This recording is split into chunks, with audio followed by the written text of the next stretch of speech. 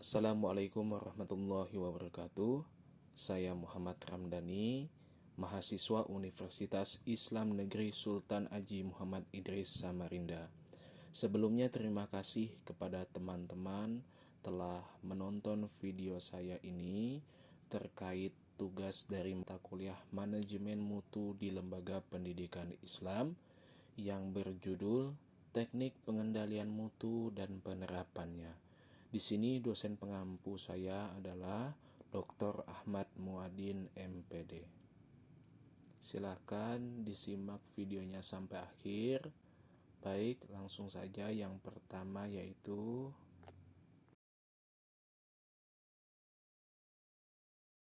pengertian teknik. Jadi menurut L. James Harvey, teknik merupakan prosedur yang logis dan rasional untuk merancang suatu rangkaian komponen yang berhubungan dengan satu dan dengan yang lainnya, yang berfungsi sebagai suatu usaha dalam mencapai tujuan yang telah ditentukan. Selanjutnya menurut John MC Manama, ia mengatakan bahwasannya teknik ini ialah sebuah struktur konseptual yang tersusun dari fungsi-fungsi yang saling berhubungan yang bekerja sebagai suatu kesatuan organik untuk mencapai suatu hasil yang diinginkan. Jadi dari beberapa penjelasan para ahli di atas, teknik merupakan cara seorang dalam melakukan hal tertentu yang dapat memberikan kecepatan dan terampil dalam mencapai tujuan yang diinginkan. Selanjutnya penjelasan terkait pengendalian mutu. Pengendalian mutu merupakan teknik dan aktivitas terencana yang dilakukan untuk mencapai, mempertahankan, serta meningkatkan mutu produk atau jasa agar sesuai dengan standar yang telah ditetapkan, sehingga dapat memenuhi kepuasan pelanggan. Jadi, tujuan dari pengendalian mutu ini adalah mengendalikan kualitas produk tersebut. Hal ini dilakukan untuk mengetahui sejauh mana hasil produk atau jasa yang telah memenuhi standar sebuah lembaga. Fungsi dari pengendalian kualitas produk ini sangat diperlukan sekali, sehingga produk yang dihasilkan tetap sesuai dengan rencana produksi.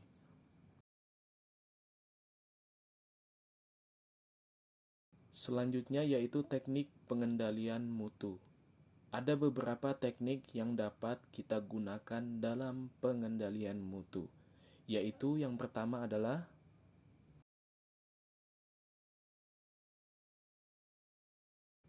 teknik brainstorming atau sumbang saran. Jadi sumbang saran ini adalah menyumbangkan saran atau pola pikir kepada yang bersangkutan. Istilah lainnya adalah curah pendapat, curah pikir, dan urun rembuk. Brainstorm dapat digunakan untuk mendata lalu menentukan prioritas dalam penyebab suatu masalah. Manfaat dari teknik brainstorming ini adalah dapat mengumpulkan sebanyak mungkin pendapat dari anggota tim terkait suatu masalah, sehingga dapat mengidentifikasi berbagai penyebab masalah.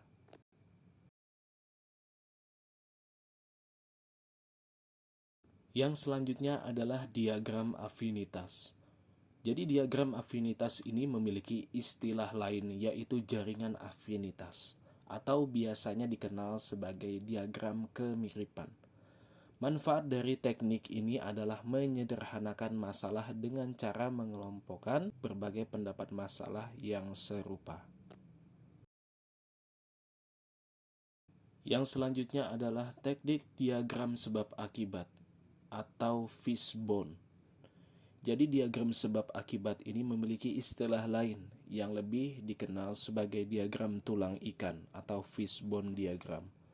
Teknik ini disebut juga diagram Ishikawa karena yang menemukannya adalah Profesor Kaoru Ishikawa yang dikembangkan pada tahun 1943. Jadi manfaat dari teknik ini adalah dapat memetakan sumber permasalahan di dalam proses yang menghasilkan produk atau jasa dan dapat menemukan penyebab dominan yang dalam proses pencapaian mutu produk atau jasa, sehingga dapat dirumuskan solusinya. Yang selanjutnya adalah teknik diagram Pareto.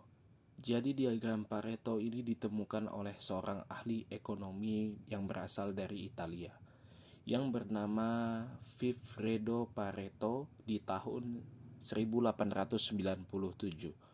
Jadi teknik ini sering disebut analisis Pareto.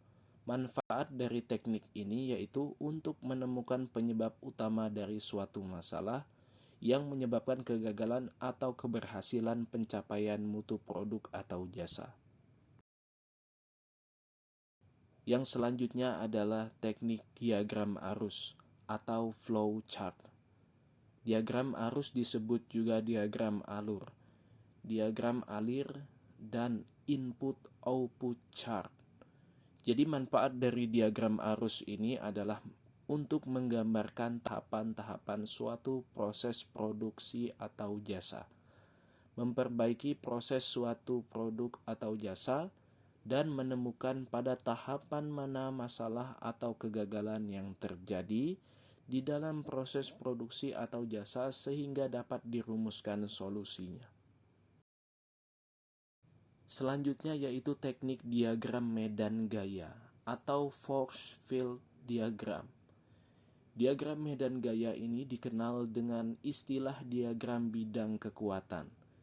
Jadi diagram ini dirumuskan oleh Kurt Lewin, seorang profesor dari Universitas Iowa.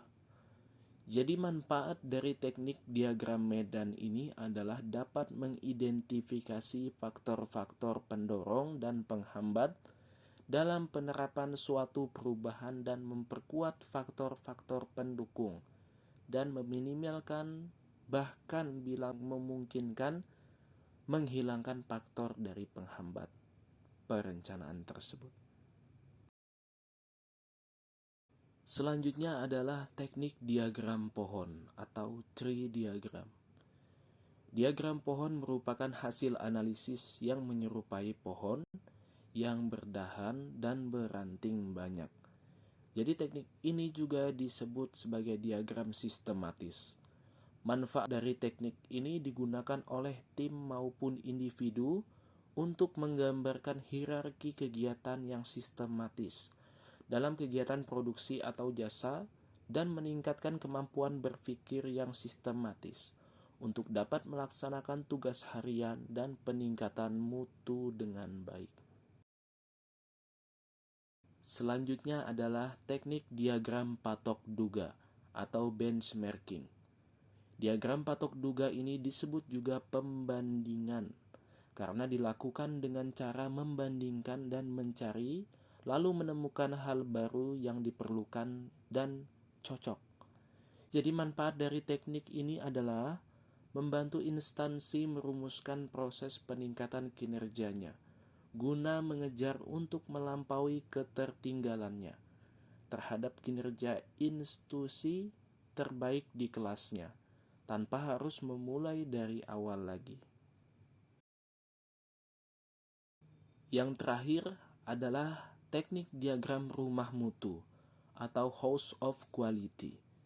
Diagram rumah mutu ini biasa dikenal dengan sebutan rumah mutu atau yang disingkat dengan RM. Manfaat dari teknik ini adalah untuk menerjemahkan kebutuhan pelanggan atau klien ke dalam perencanaan program sehingga kegiatan dan hasil pelaksanaan program dapat terukur untuk menjamin tercapainya mutu produk atau jasa sesuai dengan kebutuhan pelanggan.